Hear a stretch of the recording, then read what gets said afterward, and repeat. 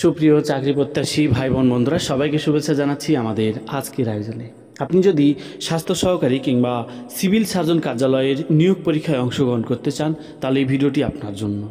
আর আপনি যদি নাটোর জেলা থেকে আমাদের ভিডিওটি দেখে থাকেন তাহলে ভিডিওটি আপনার জন্য অনেক অনেক গুরুত্বপূর্ণ, কেননা নাটোর জেলা বেশ গুরুত্বপূর্ণ উল্লেখযোগ্য তথ্য এই ভিডিওর শেষাংশে অ্যাড করেছি, যা আপনার চাকরির পরীক্ষায় শুধু এই সিভিল সার্জন কিংবা স্বাস্থ্য সহকারী নয়, ডিসি অফিস বলেন, জেলা দায়রা জজ বলেন, সিভিল সার্জন বলেন, যে কোনো জেলা পর্যায়ের যে কোনো পরীক্ষায় আপনি যদি অংশগ্রহণ করতে চান তাহলে এই তথ্যগুলা অনেক অনেক গুরুত্বপূর্ণ ভূমিকা পালন করবে। অনুরোধ করব আমাদের ভিডিওটি যদি আপনি নতুন দেখে থাকেন তাহলে অবশ্যই আমাদের চ্যানেলটি সাবস্ক্রাইব করুন এবং পাশে থাকা বেল আইকনটি ক্লিক করে রাখুন, যাতে এই ধরনের ভিডিও প্রকাশ করলে আপনি সহজে নোটিফিকেশান পেয়ে যান। চলুন দেখা যাক সিভিল সার্জন কিংবা স্বাস্থ্য সহকারী পরীক্ষার প্রশ্ন প্যাটার্ন, সাজেশান এবং প্রস্তুতিমূলক আলোচনা। দেখুন, সিভিল সার্জন কার্যালয়ে আপনাদের মোট 4টে অংশ থেকে প্রশ্ন থাকবে: বাংলা অংশ, ইংরেজি অংশ, গণিত অংশ এবং সাধারণ জ্ঞান অংশ। এই 4টে অংশের বাইরে কখনোই আপনার প্রশ্ন করার কোনো সুযোগ নেই। এবার আমরা দেখে নিই বাংলা অংশের মধ্যে কোন কোন অংশ থাকে।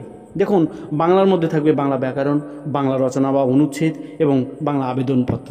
যদিও আবেদনপত্রটা তেমন একটা পরীক্ষায় আসে না, তবে কিছু পরীক্ষায় এসেছে, আমরা অবশ্যই সাজেস্ট করব সেটিও। চলুন দেখা যাক এবার বাংলা ব্যাকরণের মধ্যে আপনি কোন কোন টপিকসগুলো পড়বেন আপনার এই তৃতীয় চতুর্থ শ্রেণীর চাকরি পরীক্ষা কিংবা স্বাস্থ্য সহকারী, সিভিল সার্জন এইসব পরীক্ষার জন্য। দেখুন, সন্ধি, কারক, সমাস, এক কথা প্রকাশ, বাগধারা, বাংলা বানান, সমার্থক ও বিপরীত শব্দ, এই কয়েকটা টপিকস আপনাকে অবশ্যই দেখতে হবে। এবার আসি বাংলা রচনা বা অনুচ্ছেদ। দেখুন, আমরা বরাবরই সাজেস্ট করে থাকি আপনাদের যে অনুচ্ছেদ কিংবা রচনা এগুলো ট্রেন্ডিং বিষয়গুলো দেখার জন্য কিংবা সাম্প্রতিক কোনো বিষয়গুলো দেখার জন্য। তারপর আমি সাজেস্ট করছি, অবশ্যই দেখে নেবেন, কমিউনিটি ক্লিনিক, স্বাস্থ্য খাতে সরকারের সাফল্য, সম্প্রসারিত টিকাদান কর্মসূচি, বঙ্গবন্ধু বাংলাদেশ, পদ্মা সেতু, Bangabandhu Sheikh Mujibur Rahman tunnel, metro rail, চতুর্থ শিল্প বিপ্লব এবং স্মার্ট বাংলাদেশ। এরপর আমরা দেখে নিই বাংলা আবেদনপত্র। শুরুতেই বলেছি আবেদনপত্র তেমন একটা গুরুত্বপূর্ণ না, কিন্তু যেসব পরীক্ষায় এসেছে তার 80% পরীক্ষায় এসেছে একটা আবেদনপত্র, সেটি হচ্ছে স্বাস্থ্য সহকারী পদে যোগদানের আবেদনপত্র। প্রিয় দর্শক, এর সাথে আরও কিছু দেখে নেবেন, যেমন ডেঙ্গু প্রতিরোধে করণীয় নিয়ে পত্রিকা প্রকাশের জন্য চিঠি, একদিনের নৈমিত্তিক ছুটির জন্য আবেদন, গরমে হিট স্ট্রোক প্রতিরোধে সচেতনতামূলক কাজের বিবরণ সহ বন্ধুকে একটি চিঠি। সুপ্রিয় দর্শক, এরপর আমরা দেখে নিই ইংরেজি অংশ। দেখুন, বাংলার যেমন ব্যাকরণ অংশ আছে, ইংলিশের গ্রামার অংশ আছে। বাংলা যেমন রচনা অনুচ্ছেদ, ইংলিশের রচনা অনুচ্ছেদ থাকবে। তো আমরা দেখে নিই ইংরেজির যেই দুটি অংশ, সেটা হচ্ছে ইংরেজি গ্রামার এবং অনুচ্ছেদ, এবং এই গ্রামারের মধ্যে থেকে কোন কোন টপিকসগুলো আপনি দেখে নিতে পারেন। আপনি দেখে নিতে পারেন number and gender, article, translation, preposition, fill in the gaps, idiom and phrase. এই কয়েকটা টপিকস আপনাকে অবশ্যই দেখতে হবে। শুধু স্বাস্থ্য সহকারী কিংবা সিভিল সার্জন চাকরির প্রস্তুতির জন্য নয়, আপনার তৃতীয় চতুর্থ শ্রেণীর চাকরি অর্থাৎ 13 থেকে 20তম গ্রেডের চাকরি প্রস্তুতিতে আমাদের এই সাজেশনগুলো অত্যন্ত গুরুত্বপূর্ণ।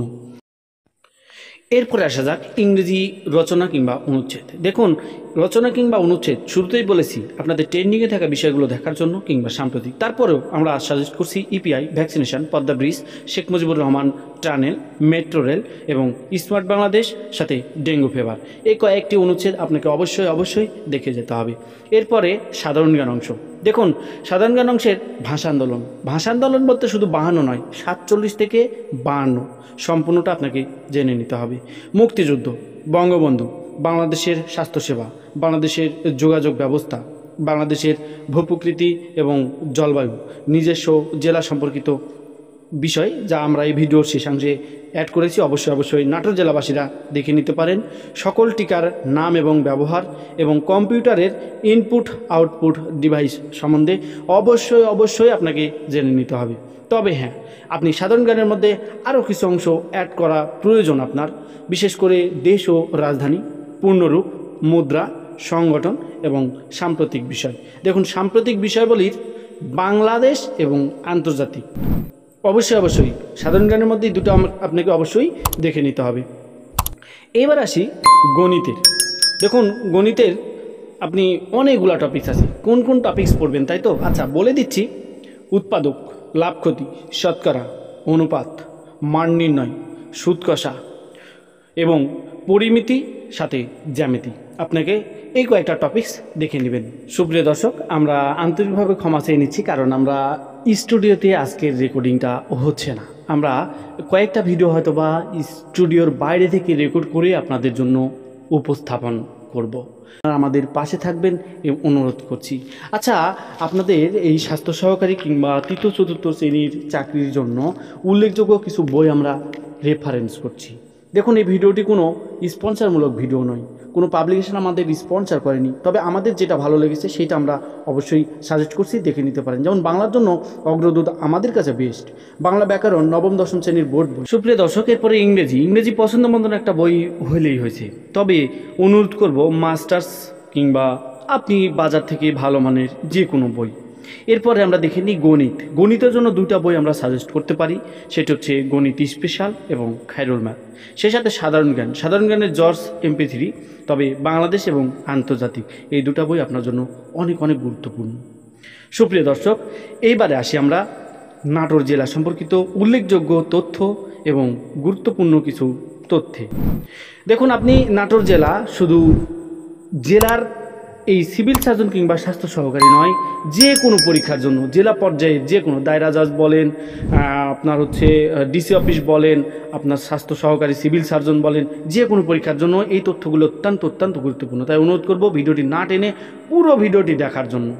চলুন শুরু করা যাক। এই নাটোর জেলা সম্পর্কিত আমরা কি তথ্য আপনাদের সামনে পরিবেশন করব তার একটি ছক। আমরা আলোচনা করব নাটোর জেলা সম্পর্কিত মৌলিক কথা, নাটোর রাজবাড়ি, দীঘা পতিয়ার জমিদারি বাড়ি, বর্তমান উত্তরা গণভবন, আয়তন, জনসংখ্যা, বার্ষিক নির্বাচনী এলাকা এবং মোট ভোটার সংখ্যা, উপজেলা, থানা, পৌরসভা, ইউনিয়ন, গ্রাম, সিটি কর্পোরেশন, স্কুল, কলেজ, শিক্ষার হার, মোজা, নদ নদী, বদ্ধ জলমহল, উন্মুক্ত জলমহল, হাট বাজার, মোট জমি, খাস জমি সংক্রান্ত তথ্য এবং ইউনিয়ন ভূমি অফিস সহ পাকা রাস্তা, কাঁচা রাস্তা, আবাসন, আশ্রয় প্রকল্প এবং আদর্শ গ্রাম, খেয়াঘাট, নৌকাঘাট, দর্শনীয় স্থান, আদিবাসী জনগোষ্ঠী, সংসদীয় আসন এবং স্বাস্থ্য, জেলা হাসপাতাল, উপজেলা স্বাস্থ্য কমপ্লেক্স, ইউনিয়ন পরিবার কল্যাণ কেন্দ্র, union sub centre, union community clinic, বেসরকারি ক্লিনিক, সম্ভাবনীয় ক্ষেত্র, উল্লেখযোগ্য শিক্ষা প্রতিষ্ঠান, সেই সাথে গুচ্ছগ্রাম, NGO, যোগাযোগ ব্যবস্থা এবং প্রেস ক্লাব সম্বন্ধে। সেই সাথে আমরা আরও জানব নাটোরের সাংস্কৃতিক প্রতিষ্ঠান, সেনাবাহিনী ব্রিগেড, দুর্যোগপ্রবণ এলাকা কিনা সেই ব্যাপারে জানব, মোট ইউনিয়ন তথ্য ও সেবা কেন্দ্রের সংখ্যা, BCC কর্তৃক কম্পিউটার ল্যাবের তথ্য, উপজেলা, ইউনিয়ন এবং মানচিত্রে নাটোর জেলা, কৃষি, জলবায়ু, মাটির ধরন, জেলার ঐতিহ্য, নাটোর জেলা ব্র্যান্ডিং লোগো, দীঘাপতিয়া রাজবংশ এবং রাজবাড়ি, সাথে কাঁচাগোল্লা তৈরির ইতিহাস, শিল্পকলা একাডেমি, নাটোর সঙ্গীত বিদ্যালয়, উষা খেলাঘর আসর, সেতুবন্ধন, তারপরে ভোলামন বাউল সংগঠন, সপ্তক সুরতরঙ্গ নৃত্যাঙ্গন, ইছালা বাড়ি, তারপরে ডিং ডং ডান্স ক্লাব, দিব্য সাংস্কৃতিক সংগঠন, স্মৃতি নৃত্য স্কুল, দেশের সীমানা ছড়িয়ে নাটোরের সঙ্গীত শিল্পী যারা, তাদের সম্বন্ধে, খেলাধুলা বিনোদন, নাটোরের জেলা আর খেলাধুলা ও মাঠের তথ্য, খেলাধুলার স্থান, খেলাধুলার মাঠ, স্টেডিয়ামের অবস্থান, বাৎসরিক অনুষ্ঠিত খেলার বিবরণ, মুক্তিযুদ্ধ নাটোর এবং পাক বাহিনীর হাতে নিহত ধলাগ্রামের 22 ব্যক্তি, শিল্প ও বাণিজ্য, নাটোরের উল্লেখযোগ্য নদ নদী, মুসাখান, নন্দকুজা, বড়নই, গোদাই, বিড়াল নদী, খলিশা ডাঙ্গা নদী, নারদ নদ এবং প্রকৃতি সম্পদ এবং নাটোর জেলার পত্রপত্রিকা সম্পর্কিত তথ্য, জেলা প্রশাসন নাটোরের বিশেষ অর্জন, সেই খাতে বিশেষ গুরুত্বপূর্ণ তথ্য, সেটি হচ্ছে প্রখ্যাত ব্যক্তিত্ব। এটা আপনি বিভিন্ন চাকরির পরীক্ষায়, বিশেষ করে ভাইবার জন্য অনেক গুরুত্বপূর্ণ। সুপ্রিয় দর্শক, এরপর আমরা দেখে নিব নাটোরের জেলা সম্পর্কিত মৌলিক কিছু কথা। দেখুন, প্রতিটি জেলার ভিন্ন একক একটা সত্তা আছে, একটা ইতিহাস আছে। দেখুন, ভারতবর্ষের ইতিহাসে নাটোরের একটি বিশিষ্ট স্থানের নাম। এই নাম তার শাসক শ্রেণী এবং তার অধিবাসীদের জীবন সংগ্রাম আর সাংস্কৃতিক কারণেই ইতিহাস বিখ্যাত। পাঠান, মুঘল, ইংরেজ, এমনকি পাকিস্তানি দুঃশাসনের ইতিহাসের যুগে শাসন, বঞ্চনা আর নির্যাতনের বিরুদ্ধে আত্ম অধিকার প্রতিষ্ঠার সংগ্রামে উল্লেখযোগ্য হয়ে আছে। 1952 ভাষা আন্দোলন, 62 সাম্প্রদায়িক শিক্ষা কমিশন বিরোধী আন্দোলন, 66 6 দফা সমর্থনের আন্দোলন, 69 গণ অভ্যুত্থান এবং 1971 মহান মুক্তিযুদ্ধে নাটোরবাসীর অবদান দেশের অপরাপর জেলাগুলোর চেয়ে কম নয়। কারণ নাটোর ঐতিহাসিকভাবেই শুধু ভারতবর্ষের ইতিহাসেই নয়, সভ্য দুনিয়ার সকল দেশে তার স্বতন্ত্র পরিচিতি আছে। সুপ্রিয় দর্শক, নাটোর জেলার রাজবাড়ি সম্বন্ধে এবার আমরা একটু জেনে নিই। দেখুন, নাটোর মুঘল শাসনামলের শেষ সময় থেকে বাংলার ক্ষমতার অন্যতম প্রাণকেন্দ্রে পরিণত হয়। বিশেষ করে নবাবী আমলে তার ব্যাপক ব্যাপ্তি ঘটে। বাংলার সুবেদার মুর্শিদ কুলি খানের অর্থাৎ 1701 থেকে 1727 সাল শাসন আমলে প্রত্যক্ষ তত্ত্বাবধানে বরেন্দ্রী ব্রাহ্মণ রঘুনন্দন তার ছোট ভাই রামজীবনের নামে এতদ অঞ্চলে জমিদারি প্রতিষ্ঠা করেন। রাজা রামজীবন রায় নাটোর রাজবংশের প্রতিষ্ঠাতা।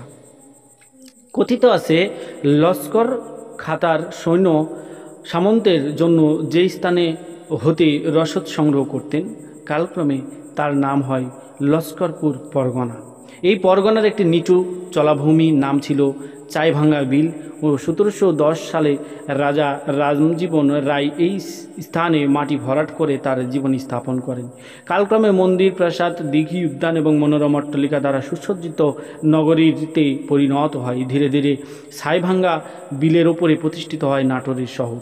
সুবেদার মুর্শিদ কুলি খানের সুপারিশে মোগল সম্রাট আলমগীরের নিকট হতে রামজীবনের 22খানা খেলাত এবং রাজা বাহাদুর উপাধি লাভ করেন। নাটোর জেলা উন্নতির চরম শিখরে পৌঁছে রাজা রামজীবনের দত্তক পুত্র রামকান্তের স্ত্রী রানী ভবানীর রাজত্বকালে। 1782 সালে ক্যাপ্টেন রেনেল এর ম্যাপ অনুযায়ী রানী ভবানীর জমিদারির পরিমাণ ছিল 12,999 বর্গমাইল। সুপ্রিয় দর্শক, শাসন ব্যবস্থার সুবিধার জন্য সুবেদার মুর্শিদ কুলি খান বাংলাকে 13টি চাকলায় বিভক্ত করেন।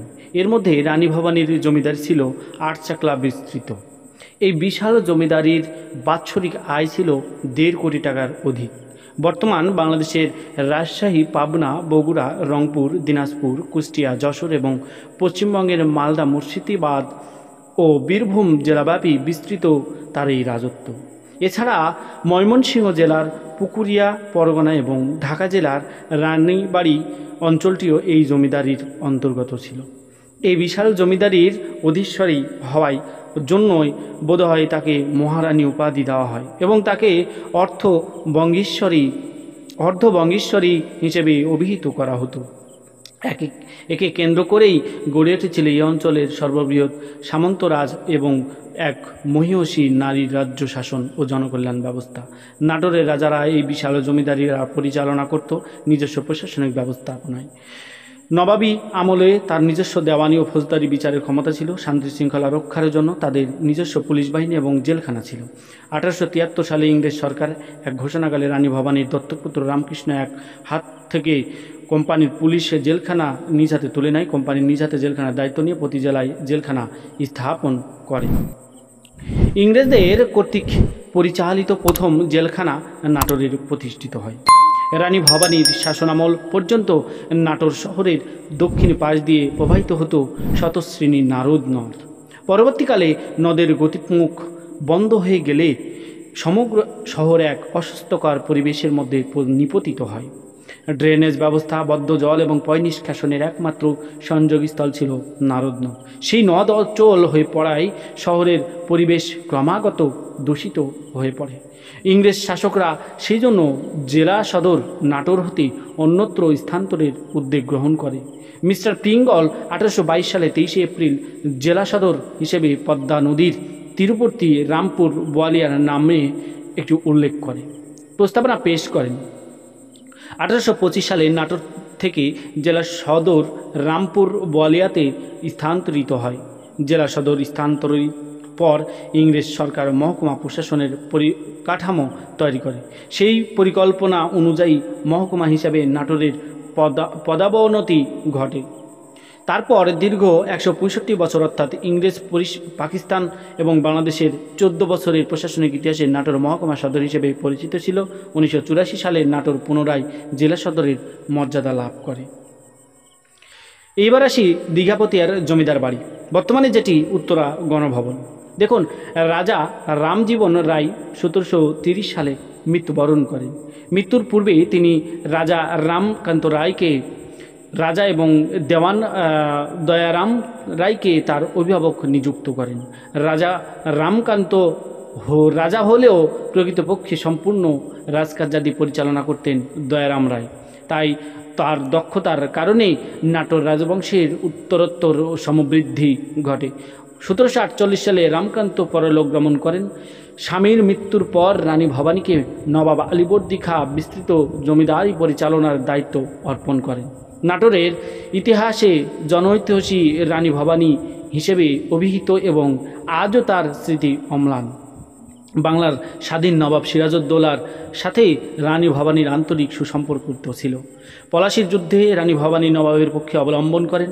পরবর্তীতে রানী ভবানীর নায়েব দয়ারামের ওপর সন্তুষ্ট হয়ে তিনি দীঘাপতিয়া পরগনা তাকে উপহার দেন।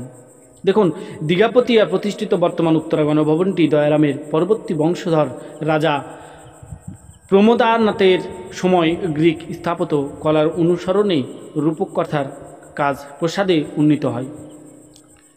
উন্নীত হয়। কালক্রমে এই রাজপ্রাসাদটি প্রথমত গভর্নর হাউস, পরবর্তীতে বাংলাদেশে অভ্যুত্থানের পরে উত্তরা গণভবনে পরিণত হয়। এরপরে দেখে নিই নাটোর জেলার আয়তন। এই জেলার আয়তন 1896.05 বর্গ কিলোমিটার। জনসংখ্যা 2011 সালের আদমশুমারি অনুযায়ী এতজন, পুরুষ তার মধ্যে এতজন এবং মহিলা এতজন। মুসলিম রয়েছে এতজন অর্থাৎ 93.22%, হিন্দু রয়েছে 6.08%, খ্রিস্টান 0.47%, বৌদ্ধ 0.00%, অন্যান্য রয়েছে 0.23%। বার্ষিক জনসংখ্যার বৃদ্ধির হার 1.40%।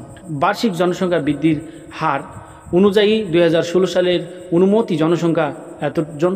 নির্বাচন এলাকা 4টি, যার 58 নাটোর 1, লালপুর বাগাতিপাড়া, 59 নাটোর 2, নাটোর সদর নলডাঙ্গা, 60 নাটোর 3 সিংড়া, 61 নাটোর 4 গুরুদাসপুর বড়াইগ্রাম। মোট ভোটার সংখ্যা এতজন, পুরুষ এতজন এবং মহিলা এতজন। উপজেলা 60টি, যার মধ্যে রয়েছে নাটোর সদর, সিংড়া, গুরুদাসপুর, বড়াইগ্রাম, লালপুর, বাগাতিপাড়া, নলডাঙ্গা। থানা রয়েছে 7টি, নাটোর, সিংড়া, গুরুদাসপুর, বড়াইগ্রাম, লালপুর, বাগাতিপাড়া, নলডাঙ্গা। পৌরসভা রয়েছে 8টি, নাটোর ক শ্রেণী, সিংড়া ক শ্রেণী, গুরুদাসপুর ক শ্রেণী, বড়াইগ্রাম খ শ্রেণী, বনপাড়া গ শ্রেণী, গোপালপুর গ শ্রেণী, বাগাতিপাড়া গ শ্রেণী, নলডাঙ্গা গ শ্রেণী। ইউনিয়ন রয়েছে 52টি, যার মধ্যে নাটোর সদরে রয়েছে 7টি, সিংড়া 12টি, গুরুদাসপুর 6টি, বড়াইগ্রামে 7টি, লালপুর 10টি, বাগাতিপাড়ায় 5টি, নলডাঙ্গা 5টি। সুপ্রিয় দর্শক, এরপর আমরা দেখে নিই নাটোর জেলার গ্রামের সংখ্যা। গ্রাম রয়েছে 1434টি। সিটি কর্পোরেশন নেই, তবে স্কুল রয়েছে। প্রাথমিক বিদ্যালয় সরকারি এবং বেসরকারি 658টি। নিম্ন মাধ্যমিক স্কুল রয়েছে 63টি, মাধ্যমিক 258টি। দাখিল মাদ্রাসা 121টি, কমিউনিটি বিদ্যালয় 37টি, কলেজ সরকারি ও বেসরকারি 106টি, মাদ্রাসা আলিম ফাজিল কামিল 26টি। শিক্ষার হার 65.65%। মৌজা 1265টি। নদ নদী নন্দকুজা, বারোনই, গোদাই, বরাল, গুনাই, নারদনদ। বদ্ধ জলামল 659টি। উন্মুক্ত জলামল 14টি। হাটবাজার 170টি। মোট জমি, ফসলি জমি এত হেক্টর এবং মোট আবাদি জমি এত হেক্টর। 1 ফসলের জমি এত হেক্টর, 2 ফসলের জমি এত হেক্টর, 3 ফসলের জমি এত হেক্টর। কৃষি পরিবার এতটি। ফসলের নিবিড়তা 200.1 2%। সেচের আওতায় মোট ফসলি জমি এত হেক্টর অর্থাৎ 55%। চরাঞ্চল 2340 হেক্টর। খাস জমি সংক্রান্ত এবার একটু তথ্য দিই। মোট খাস জমি এত একর, কৃষি এত একর, অকৃষি এত একর। ইউনিয়ন ভূমি অফিস 52টি। পাকা রাস্তা 656.00 কিলোমিটার।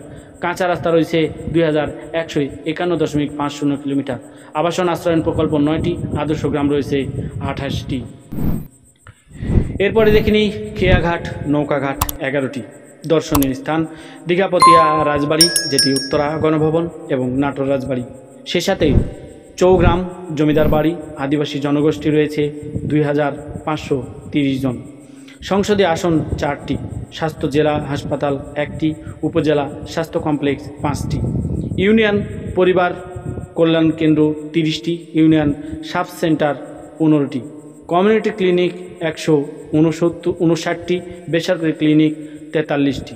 সম্ভাবনীয় ক্ষেত্র পর্যটন রানী ভবানীর রাজবাড়ি, উত্তরা গণভবন, চলন বিল, হাতির বিল, হালতির বিল এবং অন্যান্য দর্শনীয় ঐতিহাসিক স্থাপনা নিয়ে পর্যটন জোন গড়ে তোলা গেলে তা এই অঞ্চলের আর্থসামাজিক উন্নয়নে উল্লেখযোগ্য ভূমিকা রাখতে পারে।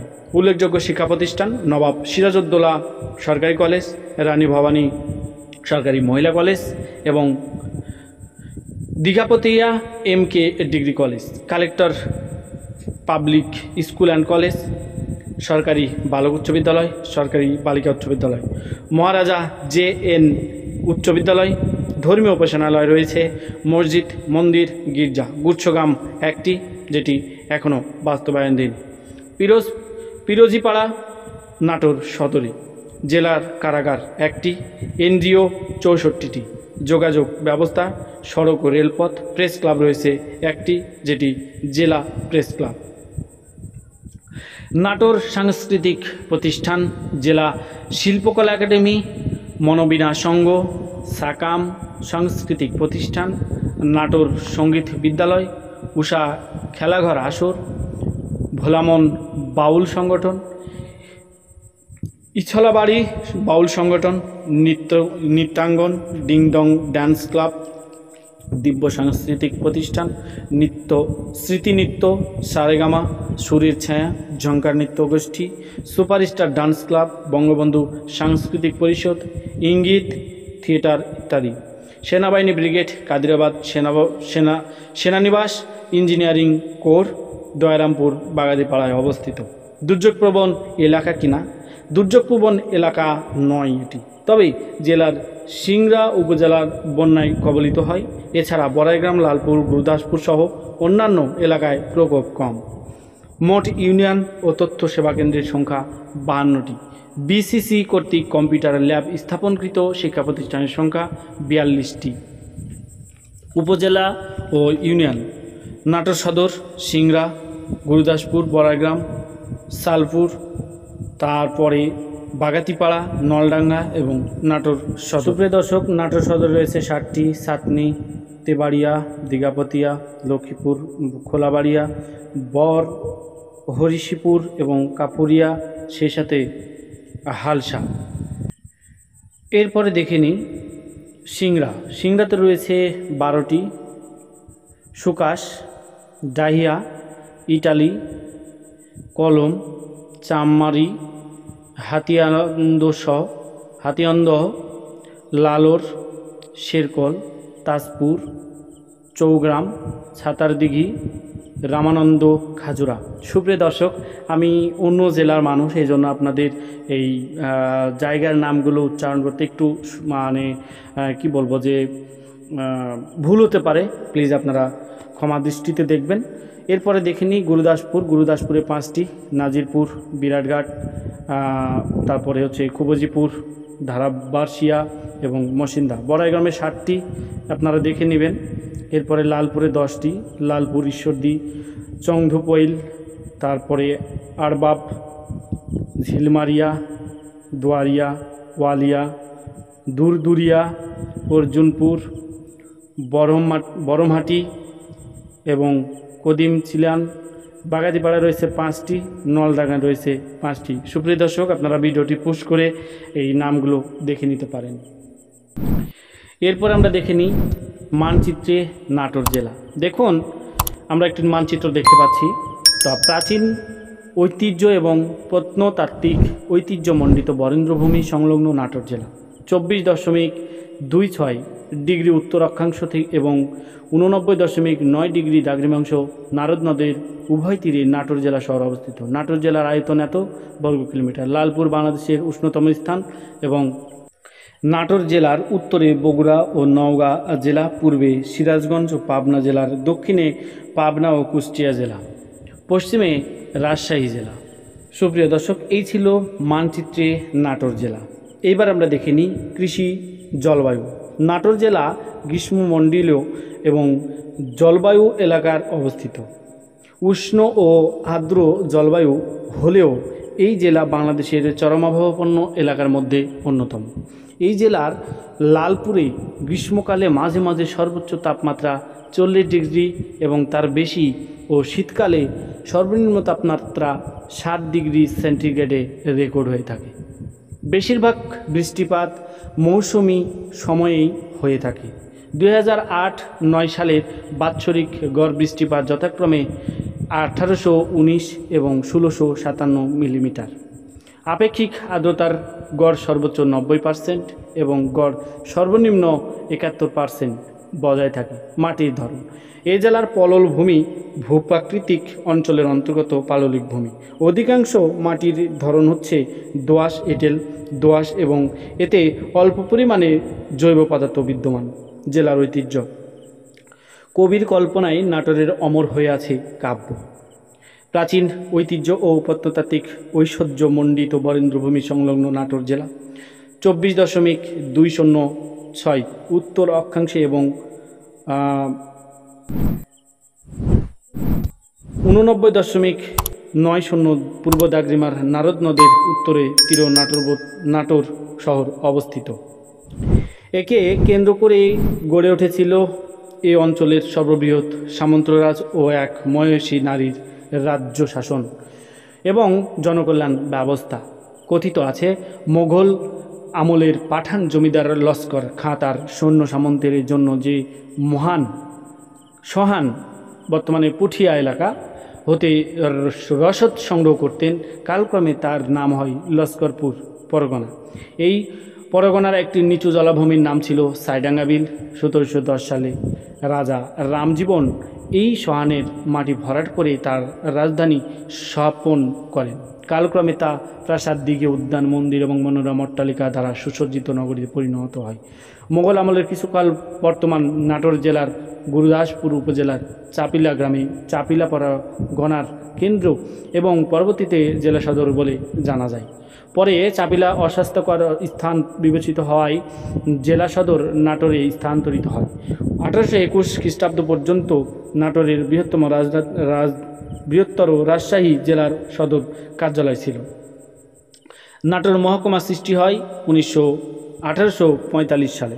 নাটোরকে অস্বাস্থ্যকর করে গড়ে তোলার জন্য 1869 সালে নাটোর পৌরসভা স্থাপিত হয়। 1984 সালে নাটোর মহকুমা থেকে জেলায় পরিণত হয়। কথিত আছে যে বর্তমানে নাটোর শহরের উপরেই একসময় চলন বিল বিস্তৃত ছিল। জনক রাজা নৌকাপথে সেই স্থানের নিকট দিয়ে যাবার সময় একটি বেইং কর্তৃক সাপকে ধরা দেখে নৌকার মাঝে নাও ঠাড়ো অর্থাৎ নাও থামাও, মতান্তরে নট হারো অর্থাৎ নৌকা থামেও না বলেন। এরূপ বলার কারণ তখন জলপথে দস্যু তস্করের আক্রমণ হতো, তারাও দস্যু কবলিত হতে পারতেন। এই আশঙ্কায় তাড়াতাড়ি উক্ত স্থান ত্যাগ করাই হয়তো শ্রেয় মনে করেন। আবার হিন্দু ধর্ম মতে ব্যাং সাপকে ধরলে মনসা দেবী ক্রোধান্বিত হন, সুতরাং নৌকা থামিয়ে মনসা পূজা করাই হিন্দু রাজার পক্ষে অধিক সঙ্গত। তাই জন্য নাও ঠাড়ো অথবা ন ঠাড়ো কথা হতেই নাটোর নামে উৎপত্তি হয়েছে বলে অনুমান করা হয়। ঐতিহাসিকদের মতে অষ্টাদশ শতকে নাটোর রাজবংশের উৎপত্তি। উত্তর বংশের জমিদারগণের মধ্যে নাটোর রাজ মান মর্যাদা ও বিষয় সম্পত্তিতে ছিলেন অগ্রগণ্য। রাজা রামজীবন রায় 1730 সালে মৃত্যুবরণ করেন। মৃত্যুর পূর্বে তিনি রামকান্ত রায়কে রাজা ও দেওয়ান দয়ারাম রায়কে তার অভিভাবক নিযুক্ত করেন। রামকান্ত রাজা হলেও প্রকৃতপক্ষে সম্পূর্ণ রাজকার্যাদি পরিচালনা করতেন দয়ারাম রায়। তাই দক্ষতার কারণে নাটোর রাজবংশে উত্তরোত্তর সমৃদ্ধি ঘটে। 1748 সালে স্বামীর মৃত্যুর পর রানী ভবানী জমিদারি পরিচালনার দায়িত্ব গ্রহণ করেন। নাটোরের ইতিহাসে তিনি জনহিতৈষী মহারানী হিসেবে অভিহিত এবং আজও তার স্মৃতি অম্লান।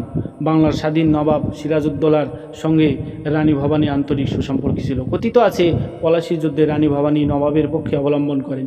পরবর্তীতে রানী ভবানী নায়েব দয়ারামের উপর সন্তুষ্ট হয়ে তাকে দীঘাপতিয়া পরগনা উপহার দেন। দীঘাপতিয়া প্রতিষ্ঠিত বর্তমান উত্তরা গণভবনটি দয়ারামের পরবর্তী বংশধর রাজা প্রমোদনাথের সময় প্রতিষ্ঠিত হয়। কালক্রমে এই রাজপ্রাসাদটি প্রথমত গভর্নর হাউস এবং পরবর্তীতে বাংলাদেশে অভ্যুত্থানের পরে উত্তরা গণভবনে পরিণত হয়। এরপর আসি দীঘাপতিয়া রাজবংশ রাজবাড়ি। ঐতিহ্যের জৌলুস, অতীতের রাজরাজন্যের স্মৃতি, প্রাচীন অস্তিত্বের ইতিহাস, সোনালী দিনগুলোকে বুকে ধারণ করে নীরব সাক্ষী হিসেবে দাঁড়িয়ে আছে নাটোরের দীঘাপতিয়া রাজবাড়ি। প্রাচীন ঐতিহ্য আর প্রত্নতাত্ত্বিক ঐশ্বর্যমণ্ডিত তিলোত্তমা এই রাজবাড়িটিকে নাটোরকে এনে দিয়েছে এক বিশেষ খ্যাতি ও পরিচিতি। বাংলার রাজা জমিদারের মধ্যে দীঘাপতিয়া রাজবংশ উল্লেখযোগ্য স্থান অধিকার করে আছে। দয়ারাম রায় এই রাজবংশের প্রতিষ্ঠাতা। 1680 সালে নাটোরের প্রখ্যাত কলম গ্রামের এক তিলি পরিবারে দয়ারামের জন্মগ্রহণ করেন। তার পিতার নাম নরসিংহ রায়। নাটোর রাজবংশের প্রতিষ্ঠাতা রামজীবন যখন পুঠিয়ার রাজা দরবারের অধীনে চাকরি করতেন, সে সময় সময় দুজন বালক রাজা রামজীবনের নৌকার সামনে উপস্থিত হয়। দুটি বালকের মধ্যে একজনের কথাবার্তা ও বুদ্ধির পরিচয় পেয়ে তিনি বালকটিকে নাটোরে নিয়ে আসেন এবং মাসিক 8 আনা বেতনে চাকরিতে নিয়োগ করেন। পরে সামান্য লেখাপড়া শিখে জমা খরচ রাখার মতো যোগ্যতা অর্জন করেন এবং রামজীবন তাকে মাসিক 8 আনার পরিবর্তে 5 টাকা বেতনের মোহরি নিযুক্ত করেন।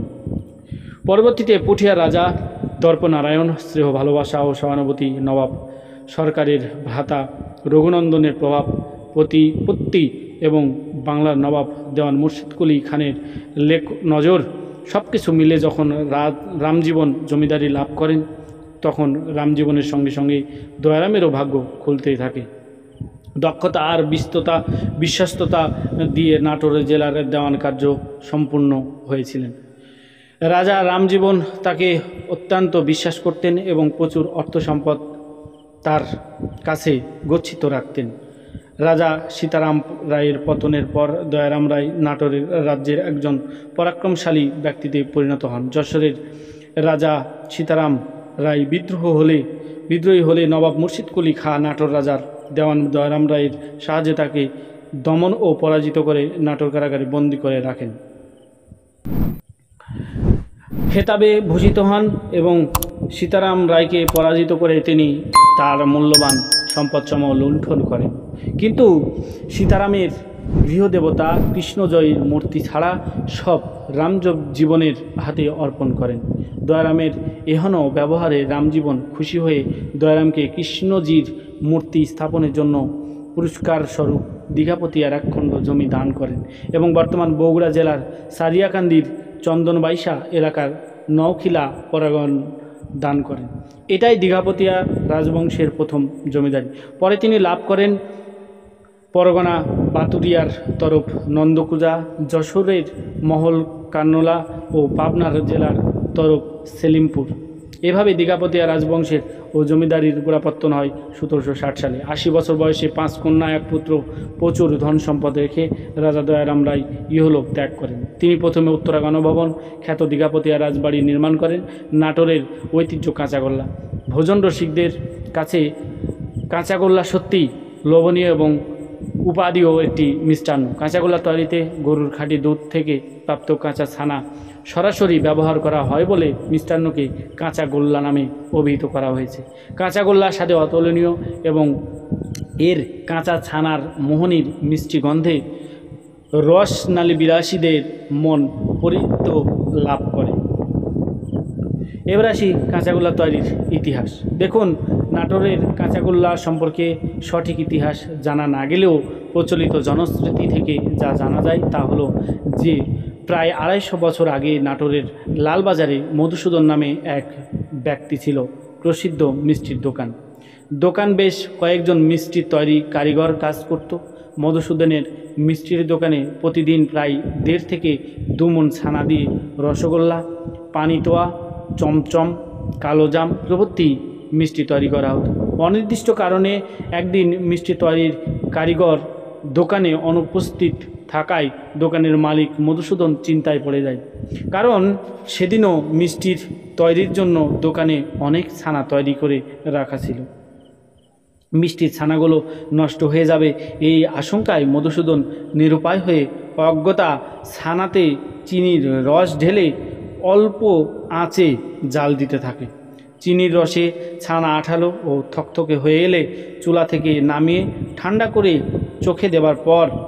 চেখে দেখার পর মধুসূদন যার পরনাই বিস্তৃত ও আনন্দে উদ্বেলিত হয়ে পড়ে, কারণ নতুন উদ্ভাবিত কাঁচাগোল্লার স্বাদ রসগোল্লা, পানিতোয়া, এমনকি অবাক সন্দেশকেও হার মানিয়ে দেয়। শিল্পকলা একাডেমি 1973 সালে প্রতিষ্ঠিত ললিত কলা একাডেমি পরিবর্তিত হয়ে শিল্পকলা একাডেমির নামে পরিচিত হয়। বর্তমানে পদাধিকার বলে শিল্পকলা একাডেমির সভাপতি, জেলা প্রশাসক এবং শিল্পকলা অব্যাহত রেখেছে শিল্পিত কার্যক্রম, নাচ, গান, নাটক, তবলায় উল্লেখযোগ্য সংখ্যক প্রশিক্ষণার্থী রয়েছে। নাটোরের সঙ্গীত বিদ্যালয় 1986 সালে 10 ফেব্রুয়ারি নাটোরের সঙ্গীত বিদ্যালয় প্রতিষ্ঠিত হয়। নাটোর জেলা পরিষদ হয় সংলগ্ন আলাইপুরেই সংগঠনটির কার্যালয়। তদানীন্তন জেলা প্রশাসক জনাব শেখ আকরাম আলী বিদ্যালয়টি প্রতিষ্ঠা করেন। বর্তমানে পদাধিকার বলে জেলা প্রশাসক সভাপতি এবং অধ্যক্ষ হিসেবে জনাব মাওলা বক্স আলোর সাধারণ সম্পাদক হিসেবে দায়িত্ব পালন করছেন। উষা খেলাঘর আসর, এটি 1989 সালে 5 নভেম্বর গাড়িয়ানা নামক স্থানে প্রতিষ্ঠিত। উষা খেলাঘর আসর প্রতিষ্ঠা লগ্ন থেকেই নন্দিত হয়ে আসছে। বিভিন্ন জাতীয় দিবস পালন এবং সাংগঠনিক কর্মসূচির মাধ্যমে সংগঠনটির কার্যক্রম সচল রয়েছে। সেতুবন্ধন প্রতিষ্ঠিত হয় 1966 সালে। বর্তমান কার্যালয় শহরের কানাইখালীতে।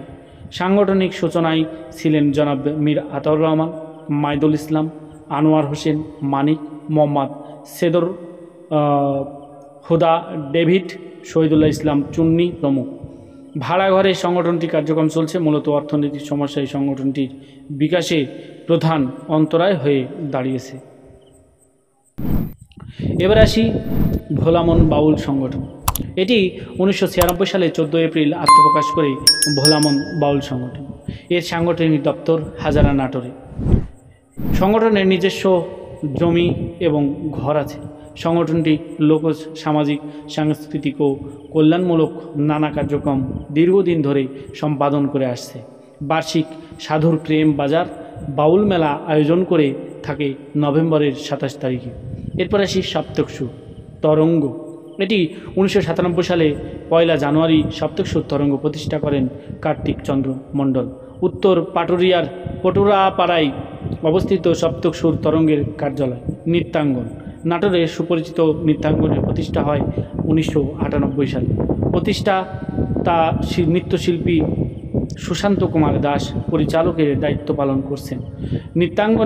নৃত্যের পাশাপাশি নৃত্যাঙ্গনে গিটার ও চিত্রাঙ্কন প্রশিক্ষণ দেওয়া হয়। ইসলাবাড়ি বাউল সংগঠন, এটি সামাজিক ও লোক সাংস্কৃতিক প্রতিষ্ঠান। ইসলাবাড়ি বাউল সংগঠন প্রতিষ্ঠিত হয় 2001 সালে। বাউল আব্দুল খালেক সর্দার গড়ে তোলেন সংগঠনটি। প্রতিষ্ঠাতা সাধারণ সম্পাদক বাউল আব্দুল খালেক সরকার। বর্তমানে সংগঠনের প্রতিষ্ঠাতা সম্পাদকের বাড়িতে একটি টিনের ঘর তৈরি করে সেখানে সাংগঠনিক কার্যক্রম পরিচালিত হচ্ছে। জলসার আয়োজন করা হয়। ডিং ডং ড্যান্স ক্লাব 2003 সালে 1 March ding dong dance club প্রতিষ্ঠিত হয়। মোহাম্মদ সালেহ আক্তার শাওন প্রতিষ্ঠা করেন ডিং ডং ডান্স ক্লাব। মিরবাড়ায় সংগঠনটির বর্তমান কার্যালয়। ভারপ্রাপ্ত সভাপতি হিসেবে দায়িত্ব পালন করছেন লিপি রহমান। সম্পাদক হিসেবে আছেন মোহাম্মদ সাখাওয়াত হোসেন সোহাগ। বর্তমানে এখানে শিক্ষার্থীর সংখ্যা 123 জন। ইতিমধ্যে নিজস্ব উদ্যোগে মিউজিক ভিডিও তৈরি করা হয়েছে। দিব্য সাংস্কৃতিক সংগঠন।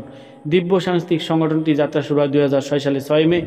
বিশ্বজিৎ কুমার পাল এই নৃত্য নির্ভর সংগঠনটি প্রতিষ্ঠা করেন। শুকুলপট্টিতে সংগঠনটির অস্থায়ী সাংগঠনিক সদর দপ্তর এবং সভাপতি হিসেবে ফয়সল ইসলাম এবং সম্পাদক হিসেবে বিশ্বজিৎ কুমার পাল দায়িত্ব পালন করছেন। মাত্র 2 বছর বয়সী এই সংগঠনটি যাত্রা শুরু হয়েছে, ভালো সাড়া পেয়ে আসছে। বাংলার চিরায়ত সংস্কৃতির ধারাকে প্রবাহমান রাখার জন্য নিরবিচ্ছিন্ন প্রচেষ্টা রাখবে বলে প্রত্যয় ব্যক্ত করে সংগঠনটি। স্মৃতি নৃত্য স্কুল। সময়ের সাথে তাল মিলিয়ে 2007 সালে 15 এপ্রিল প্রতিষ্ঠিত হয়েছে স্মৃতি নৃত্য স্কুল। স্কুলের সাংগঠনিক কার্যালয় কান্দিভিটায়। নিশাত সুলতানা দোলনের প্রতিষ্ঠিত নৃত্য স্কুলটিতে বর্তমানে স্মৃতি নৃত্য স্কুলে 77 জন প্রশিক্ষণার্থী রয়েছে। দেশের সীমানা ছাড়িয়ে নাটোরের সঙ্গীত শিল্পী যারা, তাদের আমরা একটু দেখে নিই। 1 নম্বরে রয়েছেন ফরিদা পারভিন। ফরিদা পারভিন ওয়াজ born in Nator and was brought up in Kustia. In 1968, she was enlisted with Rajshahi Betar as a Nazrul singer. In 2008, she won the Fox Asian Culture Prize for Best Music in Japan. In 1987, she was awarded Ekushe Padak, and in 1993, she was given the National Film Award for Best Film Playback Singer album খাঁচার ভেতর, অচিন পাখি, কিশোরী বউ, মিলন হবে কত দিনে, নিন্দার কথা, পাপ পুণ্যের কথা, সময় গেলে সাধন হবে না, তোমরা ভুলে গেছো। 2 নম্বরে রয়েছেন সাবরিনা রহমান বাঁধন। সঙ্গীত অঙ্গনে সাবরিনা রহমান পরিচিত বাঁধন নামে। 2006 সালে সিঙ্গিং ট্যালেন্ট হান্ট প্রতিযোগিতায় ক্লোজ আপ 1 তোমাকেই খুঁজছে বাংলাদেশ এই শীর্ষ 10-এ স্থান করে নেওয়া বাঁধনের জন্ম নাটোরের কান্দিভিটায়। পেশায় একজন সিভিল ইঞ্জিনিয়ার। বুয়েট। বাঁধন দেশের এবং দেশের বাইরে আমেরিকা, লন্ডন, অস্ট্রেলিয়া ও কাতারে সঙ্গীত পরিবেশন করে সুনাম অর্জন করেছেন। বাজারে রয়েছে তার 2টি একক অ্যালবাম, ইচ্ছের বৃষ্টি ও অতঃপর ভালোবাসা এবং হ্যালো বৃষ্টি, রক উইথ রবীন্দ্রনাথ, স্বাধীন, বাংলা বেতার কেন্দ্রের শ্রুতবিস্তৃত কিছু গান, নীল ছোঁয়া, ফার্স্ট ড্রাফট, পুনর্ভরবা প্রভৃতি মিক্সড অ্যালবাম। এর পাশাপাশি তিনি অ্যান্ড্রু কিশোরের বিপরীতে গরিবের ছেলে বড়লোকের মেয়ে, পিএ কাজলের পরিচালনায় চোখের দেখা, সোহানুর রহমান সোহানের ভালোবাসার চেয়েও একটু বেশি এবং মির্জা সাখাওয়াত হোসেনের হরিজন চলচ্চিত্রে সফলভাবে প্লেব্যাক করেছেন। তৃতীয়ত থাকছে সুলতানা ইয়াসমিন লায়লা। লালন গীতির শিল্পী সুলতানা ইয়াসমিন লায়লা 2012 সালে ক্লোজ আপ 1-এ তোমাকেই খুঁজছে বাংলাদেশ প্রতিযোগিতায় প্রথম স্থান অধিকার করে নাটোরের সম্মান দেশ ও দেশের বাইরে ছড়িয়ে দিয়েছেন। খেলাধুলা, বিনোদন। এলাকার বিনোদন, ধর্মীয় অনুষ্ঠান, পালা গান। জেলার বিভিন্ন উপজেলার ধর্মীয় অনুষ্ঠানে যেমন চৈত্র সংক্রান্তি, রথযাত্রা, পৌষ পার্বণ বা বসন্ত পূজা, কালী পূজা, দশহরা, শিবরাত্রি, মহরম, পৌষ সংক্রান্তি ইত্যাদি পালাগান অনুষ্ঠিত হয়ে থাকে। যাত্রা। বিভিন্ন ধর্মীয় উৎসব যেমন দুর্গাপূজা, কালী পূজা উপলক্ষে যাত্রাগান অনুষ্ঠিত হয়ে থাকে। মেলা। জেলার বিভিন্ন স্থানে প্রতি বছর চড়ক মেলা, চৈত্র সংক্রান্তি মেলা, নৌকা বাইচ মেলা, পৌষ মেলা, বৃক্ষ মেলা, কৃষি মেলা, বই মেলা, বৈশাখী মেলা ইত্যাদি মেলা অনুষ্ঠিত হয়ে থাকে। সুপ্রিয় দর্শক, এবার আমরা একটু জেনে নিই নাটোর জেলার খেলাধুলা ও মাঠের তথ্য সম্পর্কে। জেলার বিশেষ উল্লেখযোগ্য খেলার নাম ও বিবরণ সম্পর্কে দেখে নিই। Football, cricket, volleyball, kabaddi, handball, দাবা, সাঁতার, ব্যাডমিন্টন ও অ্যাথলেটিক্স এই খেলাগুলোর অত্র জেলায় প্রচলিত আছে। খেলাগুলোর স্থান জেলা ও উপজেলা সদরে অবস্থিত স্টেডিয়াম এবং বিভিন্ন শিক্ষা প্রতিষ্ঠানের মাঠে উল্লেখিত খেলাধুলা অনুষ্ঠিত হয়। খেলাধুলার মাঠ সম্পর্কে এবং স্টেডিয়ামের অবস্থান সম্পর্কে একটু জানা যাক। নাটোর জেলার মোট 120টি মাঠ রয়েছে। এগুলোর উপজেলার সদরে পাইলট স্কুল এবং অন্যান্য শিক্ষা প্রতিষ্ঠানে অবস্থিত। নাটোর জেলায় 2টি স্টেডিয়াম রয়েছে।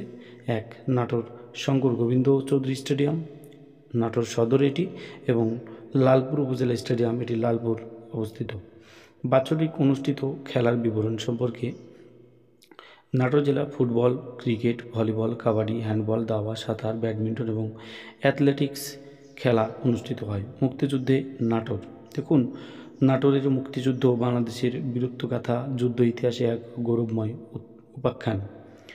জীবিত এবং শহীদ মুক্তিযোদ্ধার কথা ও স্মৃতি থেকে জানা যায় 27 নভেম্বর 1970 সালে পরপরই দেশপ্রেমিক নাটোরবাসী বঙ্গবন্ধুকে ভোট দেওয়ার জন্য উদ্গ্রীব হয়ে উঠেছিল।